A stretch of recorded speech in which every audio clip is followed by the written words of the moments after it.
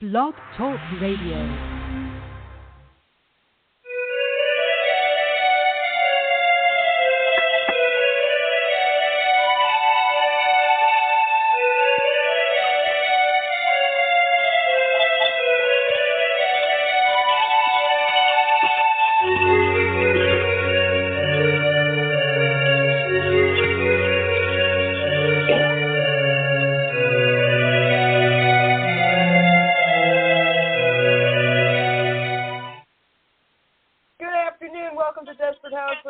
I'm RAINA, so you don't have to be. Because you don't want to have to be right now. Desperate House Witches is not a PG or even an R-rated show, so it's bad language, bodily function, dirty talk of any kind might offend you. It's not the show for you. Desperate House Witches is brought to you by the incredibly wicked one, the amazing Dorothy Morrison. Please check out www.dorothymorrison.com for all of your Dorothy Morrison needs. And don't forget to ask for Wicked Witch Mojo products at your local retailer. Okay, guys, it has been a political shit show, as you know. So who better to sit with me today than my wonderful friend and comrade, the amazing Pagan Pundit himself. Talk about trying to get all the words out at once. The incredible Taliesin Govannon. Hello, my friend. Hey there, RAINA and everybody out there in the inner tubes. I hope today you are finding your way to find some peace, because we sure could all use some. So, yeah, really. So yeah, before we start I am political shit I am show, baked right now. Let's so talk about that's you. my peace right now. Yeah. Love that. So what's going on with you, my friend? Well, oh my goodness, I have so much book news going on right now. Before we get into the muckety-muck of politics, on July 1st, the 5th book in Phase 1 of the Paranormal Acres Chronicles was published. It's called Harmony Lane. It's a sweet, slow-burn, sapphic shifter romance, fantasy romance that has plenty of mushy stuff, but also plenty of action and mystery. So that came out just a few days ago. On August 1st, the 6th and the final book in Phase 1 of the Paranormal Acres Chronicles will be published, called Who Wants to Live Forever. That one is going to feature vampires and cursed witches and have lots of blood and sex and drugs and all of the good stuff that we use to entertain ourselves these days. However, I now have another book that's coming out soon that I'm actually working on as we speak, and this one has a curious genesis. Early on during Pride Month, I was on social media, I was on my Threads feed, and there's a whole lot of stuff going around about biphobia in the queer community. And basically, you know, for those who may not be up on all of the history, bisexual people have had a real problem, not just in getting acceptance from the straight community, but even in some queer spaces where they're basically, the biphobia gets bad, okay? And people say, I'd never date a bi person, and that kind of stuff, and just, you know, kind of shit on by people who should know better. And so it gave me thought. And I had this idea for a screenplay a long time ago. I thought about it on and off over the last 20 years. And it's about a bisexual woman and a femme-presenting lesbian who wind up bonding over the fact that both they can be erased by both the straight and queer communities. Not straight enough for the straights, not gay enough for the queer community. And it's basically this love story of two people who find each other when everybody else told them that they weren't wanted. And I threw that idea out there to my followers on Threads. I'm closing in on 10,900 followers on Threads these days. It's a hopping place. And I threw it out there, and usually when I throw out book ideas, stuff saying, hey, I'm thinking about writing this, I'll get like 9-10 likes, maybe a couple of comments. These got like 50, 60, 100 different likes 10, 15 comments, and a lot of people saying I would so read that book. So I decided to write it. I am over halfway done. I have it set for publication on August 14th. So I'm literally going to be publishing 2 books in the next 30 days. But the book is called Queer Enough. It is available right now for pre-order on Amazon. It's actually, there's nothing supernatural about this. This isn't my normal stuff that has a lot of, violence and monsters along with the romance and all that. This is just a romance. It does take place in the same location as Paranormal Acres, and some people from the other Paranormal Acres books show up because one of the characters is a nurse at the amusement park. But she's human, and she has no idea that any of this other shit exists. So it's kind of like a peripheral story to Paranormal Acres. But I've already got more pre-orders for this book than I've had for any book I've released thus far. So I'm really excited about that one. Yeah. So definitely run on over to TaliesinG.com. You can always go and find links to all of my books on Amazon and the entire Paranormal Acres Chronicles. And another thing that happened since I talked to you last is I came out as non-binary. That's something I've been, there's a lot of talk about gender these days. And ever since I found out I was autistic and I started the process of unmasking, I eventually realized that everything I thought made me male, made me a man, any of my ideas of masculinity were really not coming from me. They were aspects of the masks that I would put on to fit in society. I've never really felt connected to either gender, to tell you the truth. My pronouns these days are any. He, him, she, her, they, them, Zhe, yin, yang, that fucking hippie, doesn't matter. I'm Taliesin.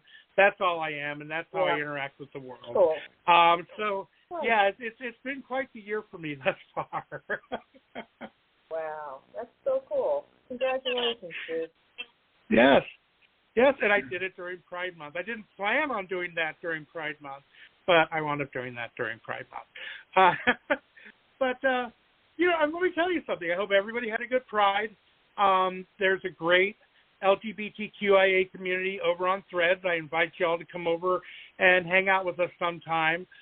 There's a really cool trans community on Threads. There's lots of cool men and women on there that are just so much fun and so well-spoken and so poignant.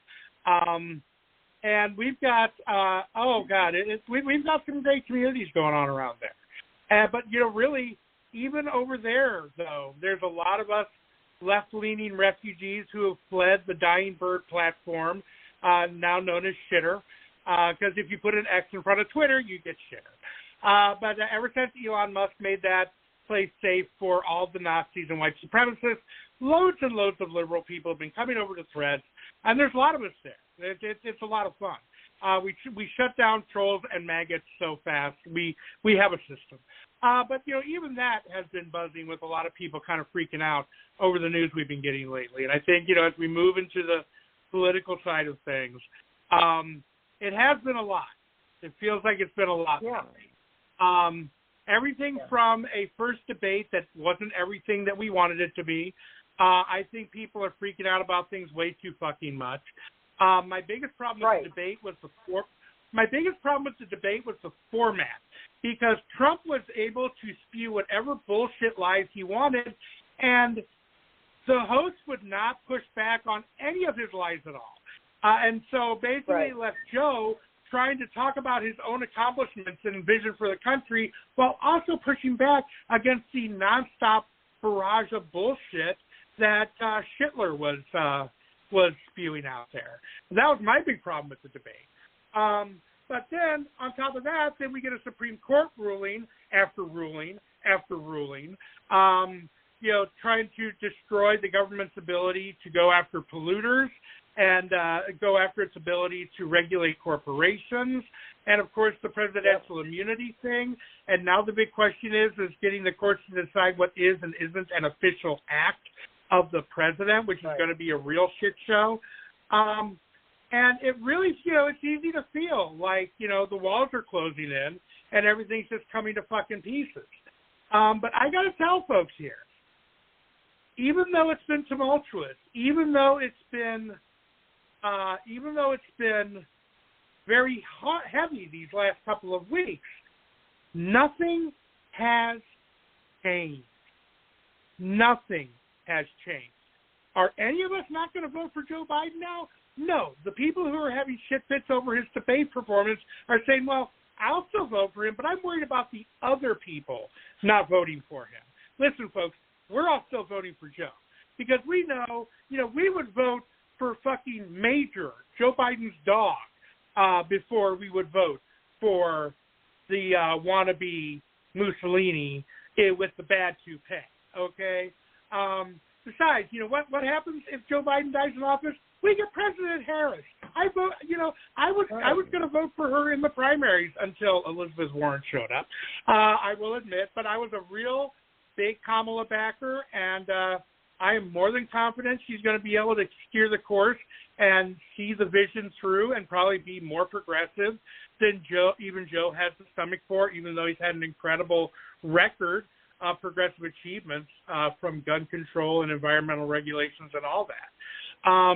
So no, none of us are going to all of a sudden decide to, oh wow, I didn't like the pizza, so instead I guess I'll just chew a cyanide capsule. None of us are fucking doing that.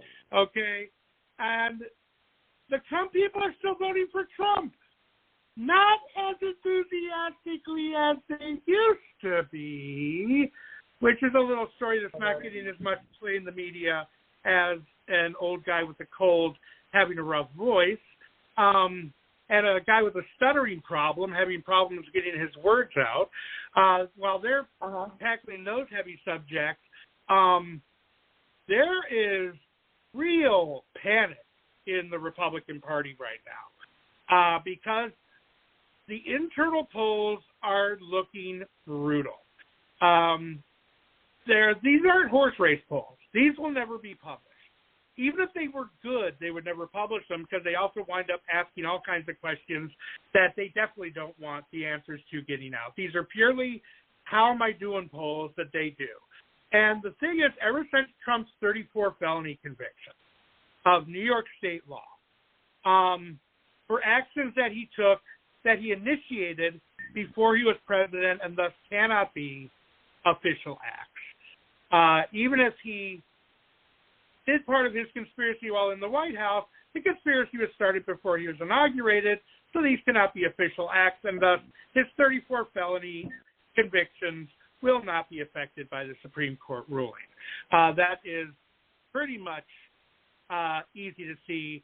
The biggest pain in the ass is going to be for Jack Smith, trying to figure out how is he going to re-indict the January 6th cases to place that fine line between official acts and non-official acts. But anyway, the thing is that ever since he got those 34 felony convictions, enthusiasm in the MAGA base has really started going down. We all have seen the pictures of Trump rallies where when you look at the small, tight area that the TV cameras catch, it looks like it's a packed house, but really the arena is maybe 1/3 filled. We've all seen those pictures. And that's been going on the entire time that Trump has been barnstorming the country on his Oh, Woe Is Me tour. And, of course, his incredible Electric Sharks tour, but that's another matter altogether. I remember that Electric Sharks thing because that just makes me laugh when everything seems all fucking silly. I just remember that happened. But anyway, and the thing is that what people haven't been getting as much play about is the fact that even those tight shots, those people who are, there crowding around him, making him look like he's got a good crowd, he's hiring some of those. The ads from the local trade papers have been getting out. They're looking for people to be at a Trump rally. Usually they want black people who will wear a Blacks for Trump shirt, but they are hiring people to come and be in the camera zone. They can't even get enough people to make a good photo op. And this is the kind of thing where it's like, if it's raining that day, do you really think that people who aren't going to go and see their guy for free and get free T-shirts and free placards? I mean, they're really trying to bribe people to be there. All the shirts that you see these people wearing at the event, they did not buy those. They got those from the campaign to make them look like they're dedicated MAGA heads, the people who show up there willingly. Do you really think that somebody who's going to turn down all that free swag is going to turn out in a thunderstorm to go vote for this guy? No, they're not. No, they're not. And yet now, ever since the Supreme Court decision, people are finally starting to catch on about Project 2025. That is starting to get some actual play in the mainstream media. Yeah, it's starting on MSNBC, but they're getting really good ratings talking about Project 2025, the Heritage Foundation's blueprint for the complete fascist takeover of the American government and the dismantling of American democracy. And what it's really going to do is it's going to lock people in to having to vote against that guy. So, yeah, would it be good to have a younger candidate? Yeah, but the thing is that we need somebody who's going to capture the older boomers, the 75-year-old boomers, you know, not young boomers like yourself, Raina. We're talking about, we're talking about the far end of your generation. Yeah. And these people want an old white guy. I hate to say it. And we can't afford to lose anybody right now because there are enough Republicans who seem to not give a shit anymore and would be fine to vote one more time as long as it was their guy who won. So we can't afford to lose anybody. And ultimately the thing is that the choice comes down to this. You know, and my kids have been telling their friends the same thing, that you cannot like either candidate, but if you vote for Joe Biden, you're going to get to vote for someone else in 4 years. If you let Donald Trump get into office, you won't get to vote for anybody in 4 years because there won't be, there'll be an election, but there won't be a choice. There will be state-appointed candidates. There will be no way he would ever stand for another popular election again if he squeaked in again. So, yeah, that's what it's coming down to. You know, it's like, this is not, we are not dating. This is not Tinder. You know, this, as it sure the fuck ain't Grindr. Okay? This is strategic. This is, okay, first we got to defeat the fascists here at home, and then we can try to improve the overall state of our government and the party and everything. And I've told people, listen, the only thing holding the Democrats together right now between the centrist and the progressive wings is the fact that the Republicans are fucking crazy. If the Republicans are taken out of the equation, if they were to be so roundly defeated that they started chewing themselves up even more and self-annihilated, and we didn't have to worry about the crazy fuckers getting in again, then you're going to see the Democratic Party. You might have one or two election cycles of single-party rule, but you're going to see the party splinter. It's going to break into 2 or 3 sections, and you're going to see a realignment. And it's going to be, a curious political time, but we can get more choices. We can get younger candidates. We can get more diversity of ideas, but we can't afford to split the smart people vote when the stupid people are willing to vote for crazy motherfuckers. Once the crazy motherfuckers aren't a reliable party anymore, then a lot of those other people are just going to say, yeah, whatever, fuck it, let me just go get drunk and make money. Fine, whatever you fuckers want. The smart people can continue to try to make things better. But first we've got to head off, the Nazis here at home. So the thing is, though, folks, is that I want to make sure, though, that we have to stay focused. Nothing is different after this shit show of the last couple of weeks. Nothing. We're still voting for Joe. There's more of us than there are of them. If we turn out and vote, we can not only keep Donald Trump out of the White House, we can give we can take more Republicans out of the Senate. We can retake the House.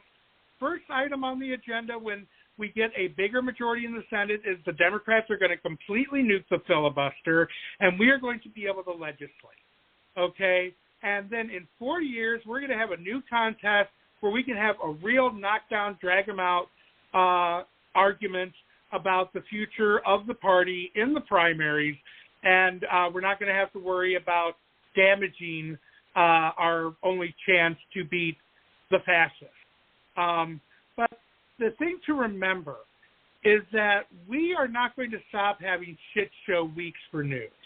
The right wing is going to continue to throw shit at us. You're going to see more Republican states enact more fucking reactionary, backwards, right-wing, anti-democratic, anti-woman, anti-queer, anti-diversity, anti-American policies and rules and legislation at the state level. They're going to throw that stuff at us. And they're going to keep throwing that stuff at us because they want us to feel overwhelmed. They want us to feel like it's just too much. I just can't do it anymore. And that's when the fight goes out of you. We just have to remember that the date that we've got to worry about is in November. That's what we got to worry about. And we got to keep driving. We got to raise money. If you can afford to give to a competitive race. We got to, reach out to our friends. If you can phone bank. But the important thing is never let the bad news overwhelm you. Always take time for yourself. Take time, unplug. Stop scrolling your social media, okay? Stop watching the talking heads. Give yourself a night. The news will still be there. You can find out what happened last night. You can find it out tomorrow. You can find it out in the morning. Just unplug, relax, do something you enjoy, watch a movie, play an instrument, work, write a short story about anything other than politics. Just do something for yourself, relax, unplug.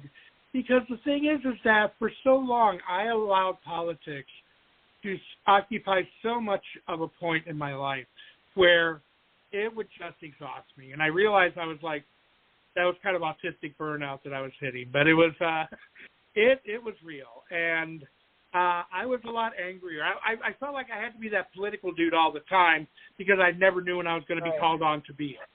But that was a mask. Right. Political dude is a mask. It's a part of me, but it's a part of me I bring out when I need to.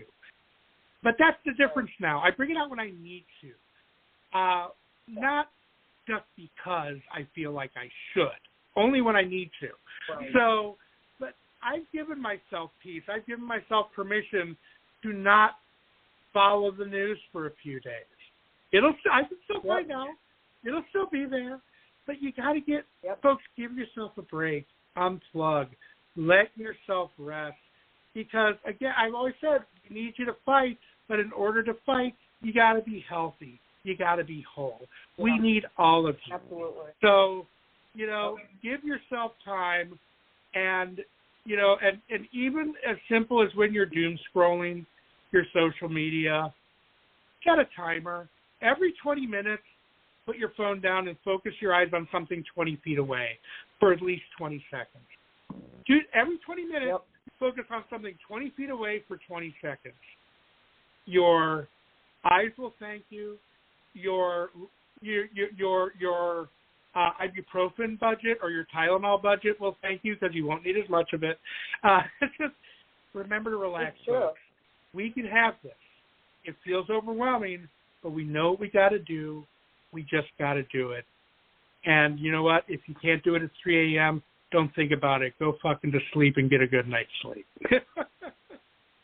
Absolutely true. I mean, anybody who listened to my rant during the 415 yesterday, I said a lot of stuff, but a lot of it is about don't do their job for them. The hand-wringing, the hysteria. There's just too many liberals and Democrats freaking out,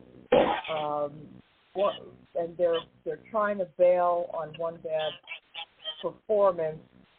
Barack Obama had a bad performance during a debate too. I'd like to remind everybody John Kerry smoked George W. Bush and still lost. So don't Right. freak out over every little thing. I mean, these calls for Joe to step aside are ridiculous. You know, we look unreliable. We look untrustworthy. It's ridiculous. Yeah, and never Stop doing forget their job folks, for too. them. Yeah, never forget, folks, too, that you really have to be wary these days. I don't want to sound, overly paranoid. I'm not, going on the left side of whatever QAnon would be or anything like that.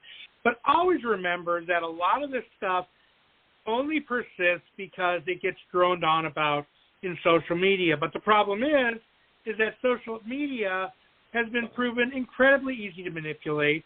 And not only the Russians, but the Chinese government are both employing Twitter bots and other internet bots that are going to do nothing but amplify things. They're going to be negative about Joe Biden or try to capitalize on fears and concerns about that kind of thing.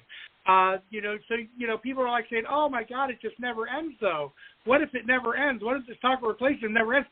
It's not going to end as long as we keep feeding it, folks.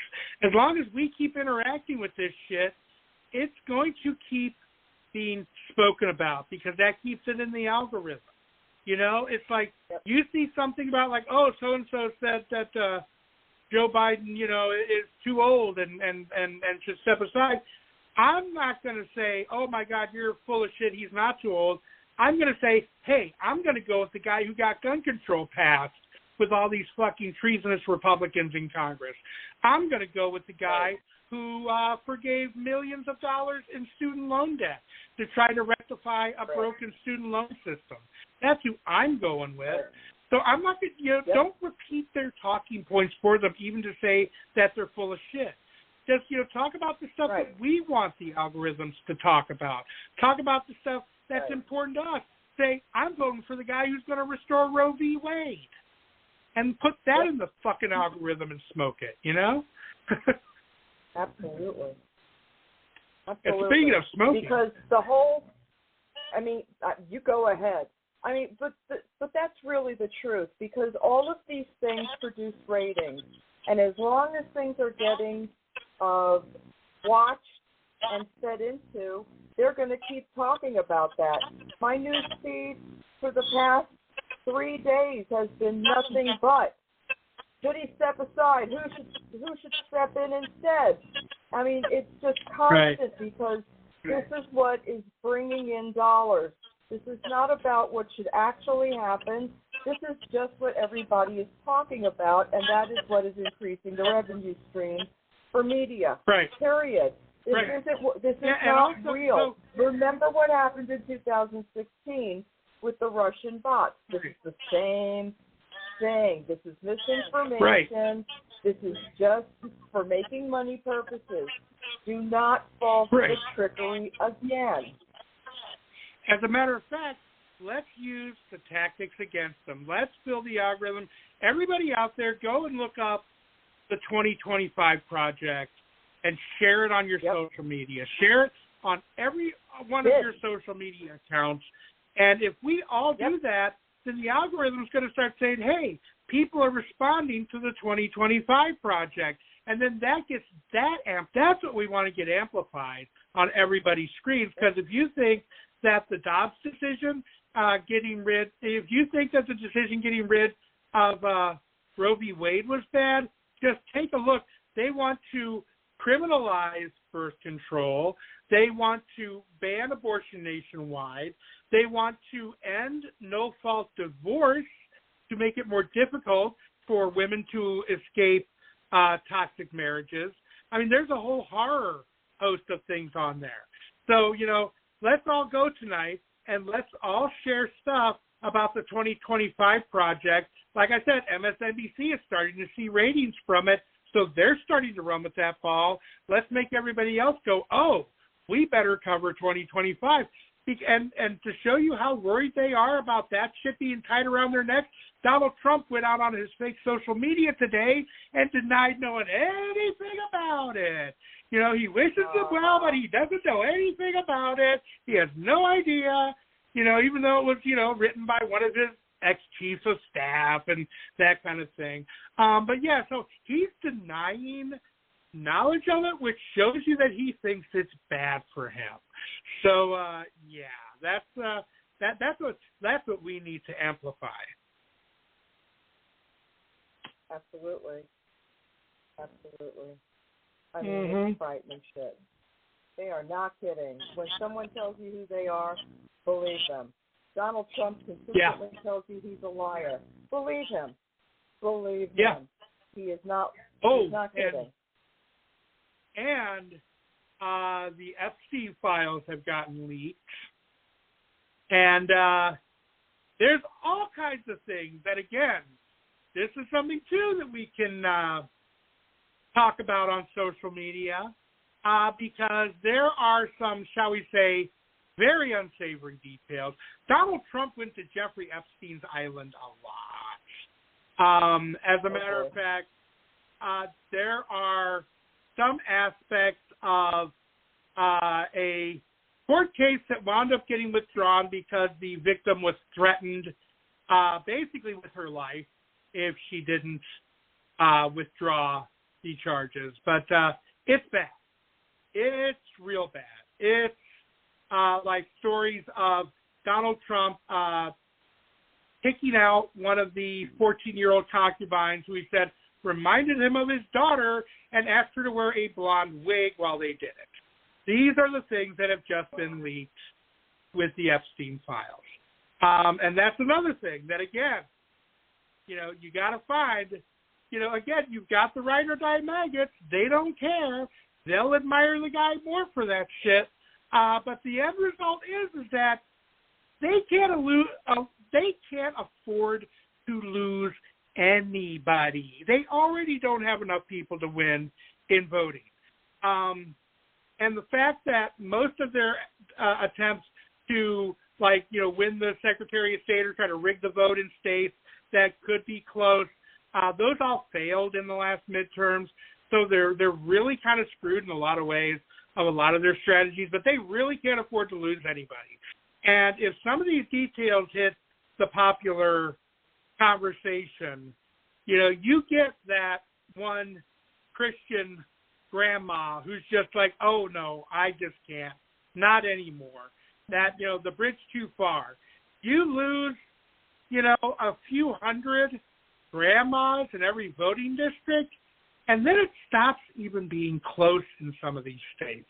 It winds up being an easy win for Joe Biden, and they don't have to decide to vote for Biden. They just have to decide that they can't vote for Donald Trump. So yeah, there's a lot of things.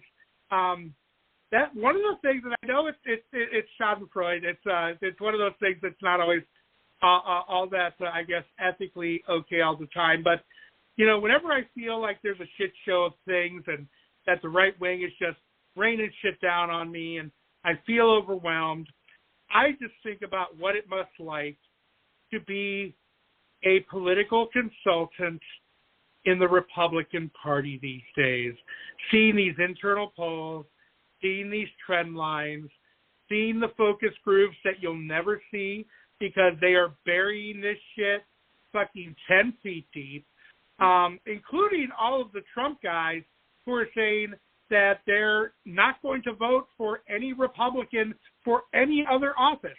One of the things about the hardcore MAGA heads is that they hate the Republican establishment maybe a little more than they hate the Democrats. They really consider them to be weak-kneed, jelly spine.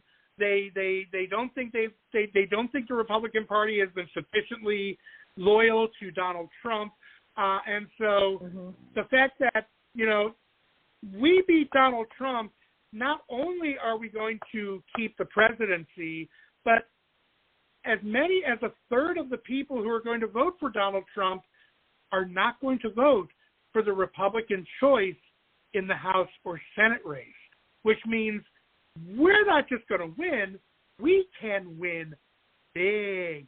We're talking veto-proof majorities in the Senate. We're talking filibuster-proof. Even, the attempts to get rid of the filibuster wouldn't be able to be blocked. We were talking supermajority. We're talking about the ability to actually pass things like a new Voting Rights Act to expand the court. There are, 15 U.S. district circuit courts in this country? When the Supreme Court was capped at 9 justices, there was one for each circuit court in the United States at the time. There were 9 circuits. There were 9 justices. There are now, I think, 15 circuits in the United States for circuit courts. And it would be very easy, simple bill, act of Congress. There are now 15 Supreme Court justices. Joe Biden gets to appoint 6. Okay? That's a very easy fix to do. Simple legislation. And there would be no way that they would be able to block that. And for the Supreme Court to try to rule it unconstitutional would jeopardize, they would basically destroy their own ability to rule on anything, because that's the exact way that the current court was created, through a simple act of Congress. So, it's one of those things where it's like, you pull that trigger and you're shooting yourself in the back of the head. So there's a lot we can do. We got to win. We got to win big. And let me tell you something, since we're talking about doing things right for a change, you and I would love to see Joe Biden say, since I signed the Supreme Court Ethics and Modernization Act, that's what they could call it, the Supreme Court Ethics and Modernization Act, we now need another 6 justices for the Supreme Court, and today I would like to nominate Barack Hussein Obama, Hillary Rodham Clinton, Nancy Pelosi, something to make all the Republican heads explode across the country, and then then the party would disappear even faster. So, I just wish. But you know what? It's all entirely constitutional. It's 100% constitutional. You know what? We get a supermajority in the Senate. You know what we can do? We can impeach Clarence Thomas. We can impeach Brett Kavanaugh for lying during his confirmation process. We can impeach Amy Coney Barrett for withholding information during her confirmation process, which is a form of perjury because of the form she signed. And, of course, even more of them for corruption. And so even if it takes a while to expand the court, we can still replace the problematic people through their own acts. If we get a supermajority, it's all possible. So stay sharp, people. This sounds like I'm talking about, fantasy dreamland, but this is reality. If we can get enough seats in the Senate, this is reality. We retake the House. This is reality. We have Joe Biden for another term. We can try to fix some of this shit. And it's shitty that we got to do it. But, because every time there's a Republican president, you got to elect a Democrat to come in and clean up after him. You had to have Bill Clinton clean up after the Reagan mess when it came to budgets, and Bill Clinton balanced the budget. Barack Obama had to come in and clean up after the mess George Bush left. Joe Biden has been trying to clean up the monumental mess that Donald Trump left. And now we're going to need another term of Joe Biden and a supermajority in Congress to clean up the mess that the Republican Party is leaving on their way out of the door, on their way to the dustbin of history. So, but we can do it, folks. We got to bring it across the line. Vote. Get other people to vote. Make sure all your Democratic friends are going to vote. Tell Republicans that the system is fixed and they shouldn't bother voting for Trump. Get all of the progressives out there to vote. Hey, I'll use their own propaganda against them. Fuck it, I'm fighting fascism here. But keep our eyes on the prize, folks. And just because you have a shitty week, you know what? Fucking smoke a goddamn bowl. Watch a funny movie with a lot of bad words and just relax for a while, because the most important day is going to be in November. Everything between now and then is going to be insignificant after that day. All excellent points. Yes.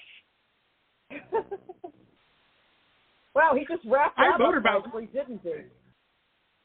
I motormouth when I'm stoned, so that kind of works because I've been writing a lot lately, so my the words just kind of like boom, moving on. I've already written 40,000 words in this new novel in 3 weeks.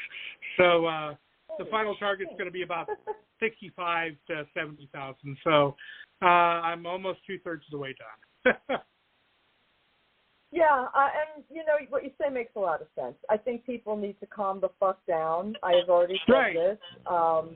Right. And I think you need to let's get the algorithms revved up for Project 2025 instead of who should replace Biden and how Biden's going to be replaced. And oh shit, hang on, sorry. Okay. Wow. I was going to say, show's not over yet, is it? No, it wasn't supposed to be, but it sounds like the universe is trying to tell me something. I don't know. It has been exhausting, and it has been my news feed has nothing but who should replace him, when should he be replaced, who's got the most problems in replacing him, and it's like, I don't want to see this bullshit because it's bullshit. Even Donna Brazil was like, Donna Brazil was like, this isn't happening. This is bullshit. Yeah, no. We're not replacing him. He's our candidate. Cut the crap, guys. Everybody needs to calm down. I mean, this is just stupid at this point. Yeah, in the words of the worst Clash album ever made, cut the crap.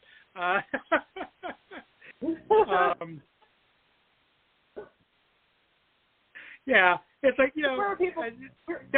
liberals, I love us folks, progressives, liberals. We are the fucking, we are the hypochondriac chicken littles of the the fucking political universe.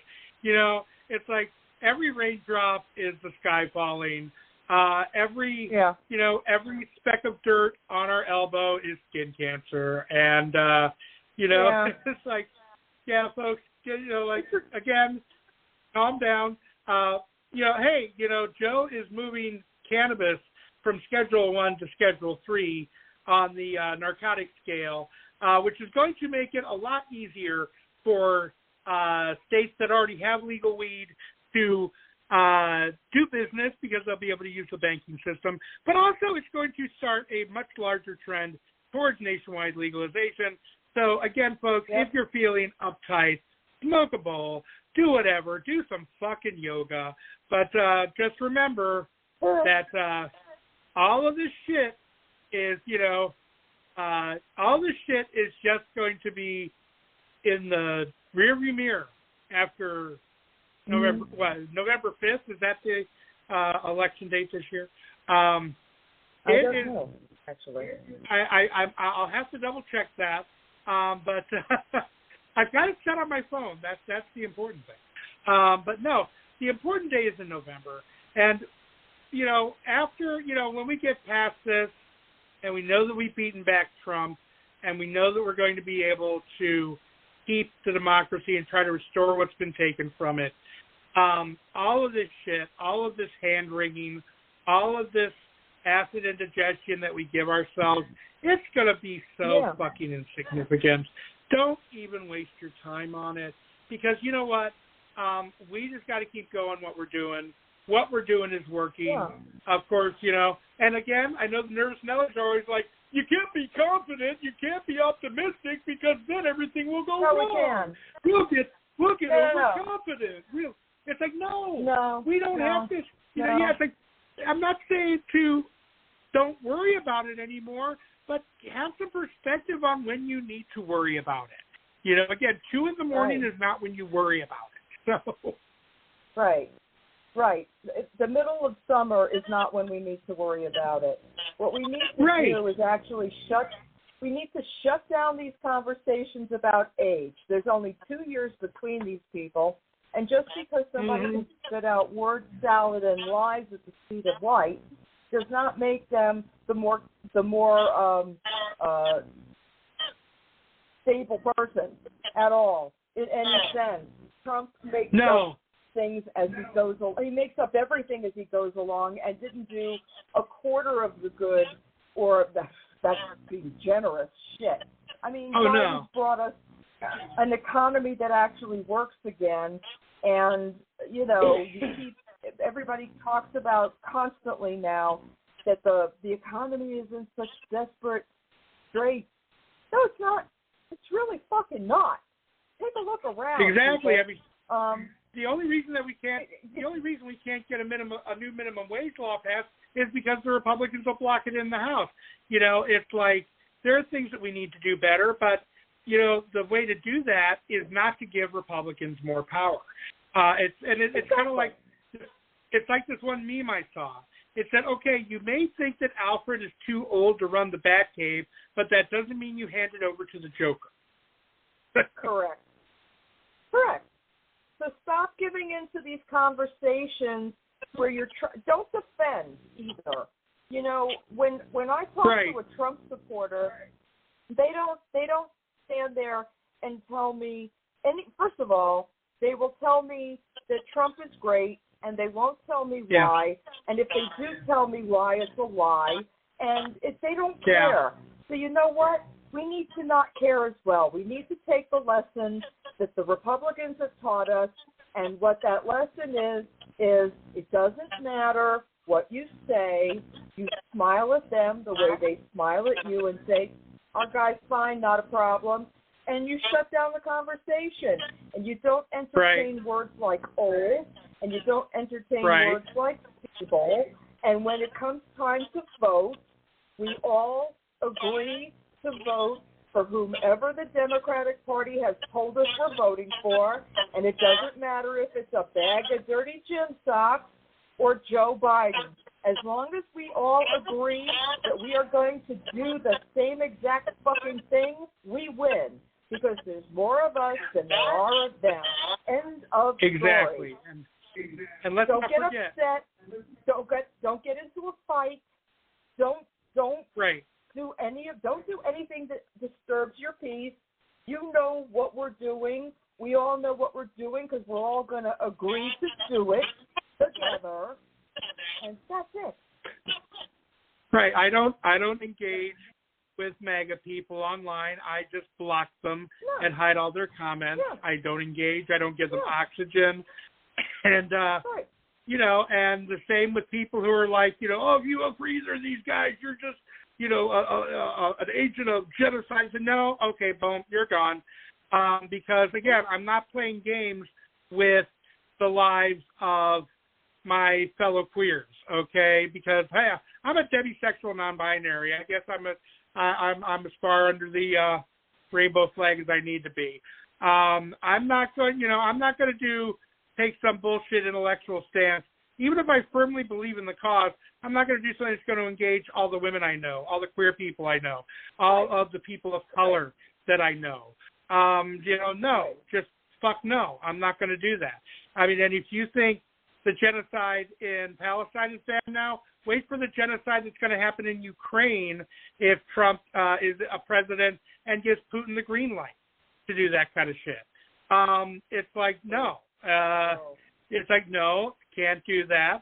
And like I said, you know, we can have an argument about the direction and the soul of the Democratic Party over the next 4 years, and we can set people up for primaries. There's going to be a lot of people who are going to be eligible to run in the next election, and two people who are already being spoken about running are AOC and Kamala Harris, so it could wind up being a very interesting debate. But, you know, now is not the time. Right now we got to beat the Nazis. And even if you think, oh, well, this goes against what I like, yeah, but, you know, this isn't, you're not dating these people. This isn't a dating profile. This is talking about, you know, it's like Ian Corrigan says, when you vote for the lesser of two evils, you get less evil. And less is always more in the grand scheme of things. The less evil we have, the better.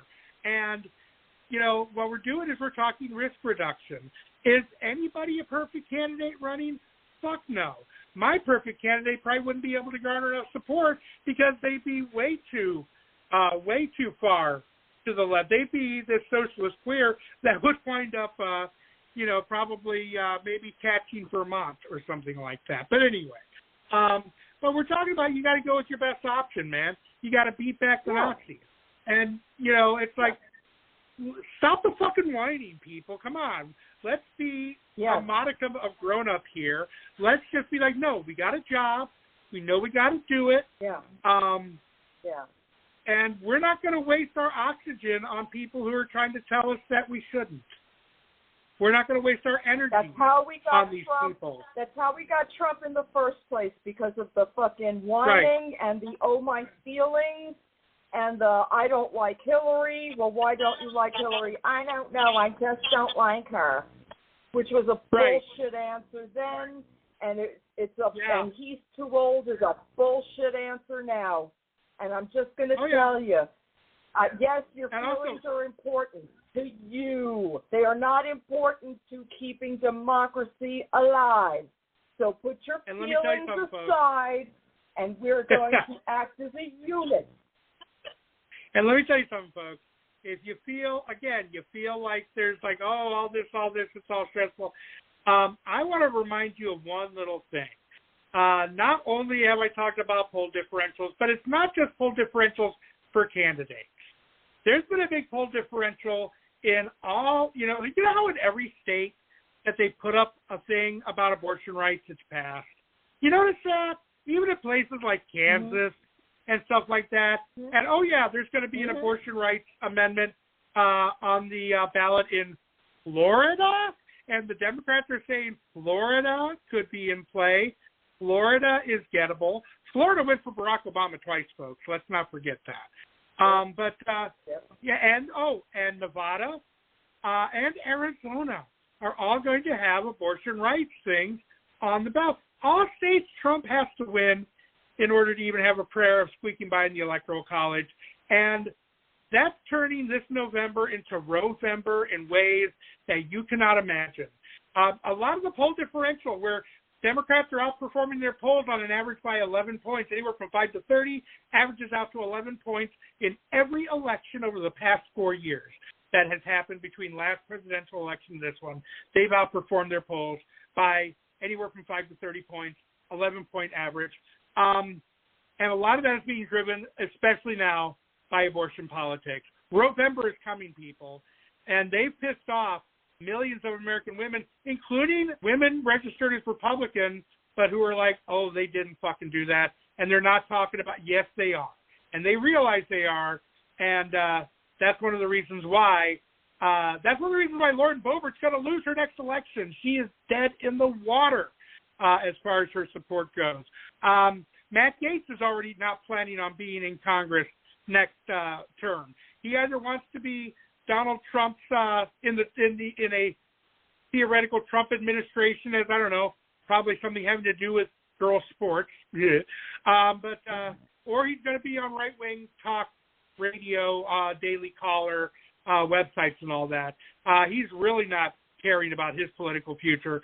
There's a lot of people we can boot the fuck out this time. So again, Roe-vember is coming, and every time you feel like things are overwhelming, ain't nothing going to overwhelm people like millions of American women. Yeah. So, Taliesin, tell people where they're going to find you.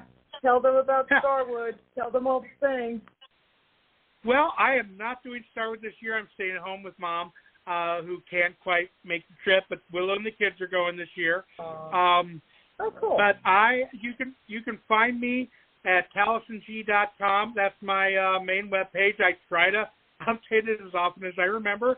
I'm also on Threads. You go look up Taliesin Govannon on Threads. I got over 10,000, closing on 11,000 people in a really groovy community. We got a lot of liberals and Democratic activists, as well as queer people and artists and authors and musicians, and just a cornucopia of fun folks. Come hang with us neurodivergent types. We have a lot of fun on there. And as always, you can find me on Amazon. Look up Taliesin Govannon. There's a page for the entire Paranormal Acres Chronicles.